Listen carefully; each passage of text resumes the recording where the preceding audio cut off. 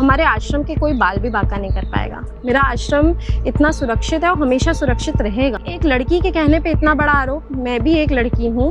अगर मेरे बापूजी मेरे जीवन में ना होते तो मैं किस राह पर होती, कैसा जीवन होता मेरा। हमारे माता पिता को स्वयं को नहीं पता था भगवत गीता की क्या महिमाएं हैं। बापूजी ने हमें जीना सिखाया है। ये भूमि इतनी पवित्र भूमि है कि इसकी तो हम शब्दों में वर्णन नहीं कर सकते। मिथ्या है, गलत है और ये नहीं होना चाहिए। हमारे भारत की पहचान क्या है?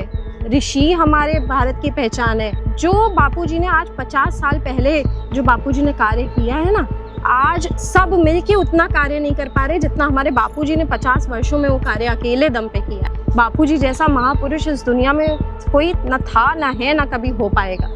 ये तो हमारी देश की पहचान है। वो कार्य यहाँ पे हो रहा है और उसको आप तोड़ के ओलंपिक का मैदान बना रहे हो।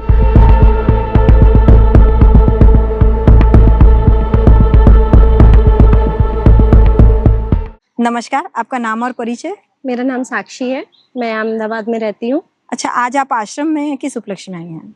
मैं ऐसे तो रोज आती हूँ, यहाँ पे पास में ही रहती हूँ तो रोज आना हो जाता है गुरुद्वार पे। आपने दीक्षा ली हुई है संत श्री आसाराम जी? हाँ जी।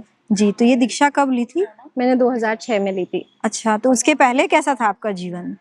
मैं तो बहुत छोटी थी, लेकिन मैंने जो अपने घर में देखा है, हम लखनऊ के कायस्थ परिवार से हैं, तो हमारे नॉनवेज भी खाना और सब कुछ जैसा संसारी लोगों का माहौल होता है वैसे ही था। और दीक्षा लेने के बाद एक अलग जीवन होता है। अच्छा, मतलब आपका जीवन ही परिवर्तित हो गया? बहुत कुछ अच्छा। परिवर्तन हुआ। हमारे माता पिता को स्वयं को नहीं पता था भगवत गीता की क्या महिमाएं है।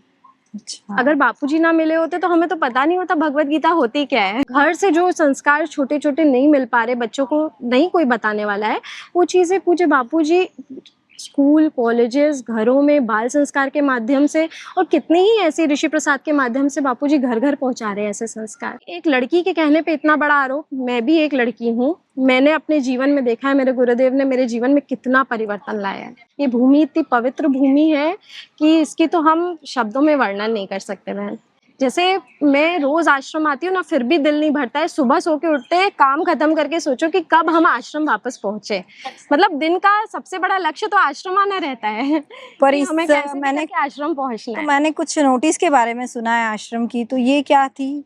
मिथ्या है, गलत है और ये नहीं होना चाहिए। जो भी आश्रम को कुछ भी नुकसान करने का सोच रहे हैं ना, वो खुद बहुत बड़े नुकसान में जाने वाले हैं।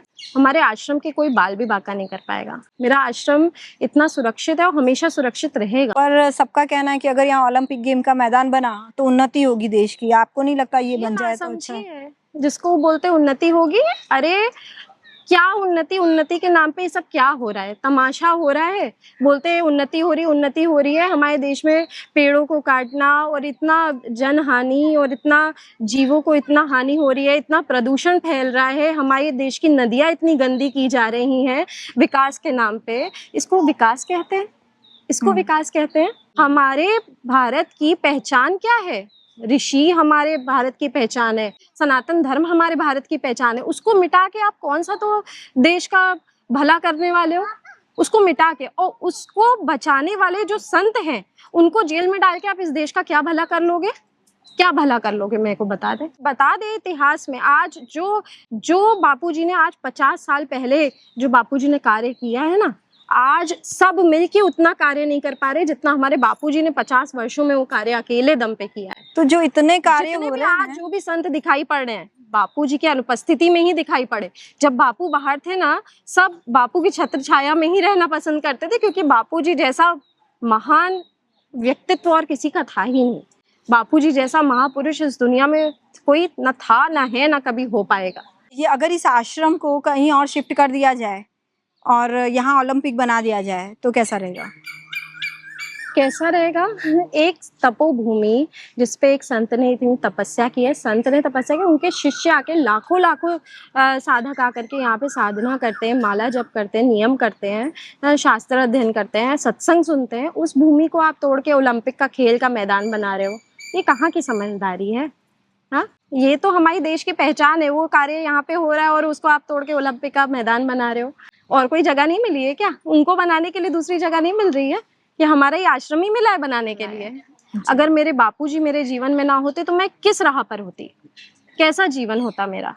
बापूजी ने हमें जीना सिखाया है। जैसे जीवन कि की मनुष्य जन्म की असली महत्ता समझ में आई कि मनुष्य जन्म किस लिए मिला है और वास्तव में करना क्या है इसमें।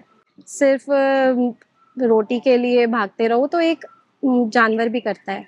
वास्तव में बापूजी ने जो हमें सिखाया कि मनुष्य जन्म ही 84 लाख योनियों का सबसे कीमती जन्म है, कि जिसमें हम अपने आप को जान के मुक्त होकर के और जन्म मरण से मुक्त हो सकते हैं, 84 लाख योनियों से मुक्त हो सकते हैं। तो हमारे बापूजी ने हमें समझाया, यही एक हमारे पास अवसर होता है।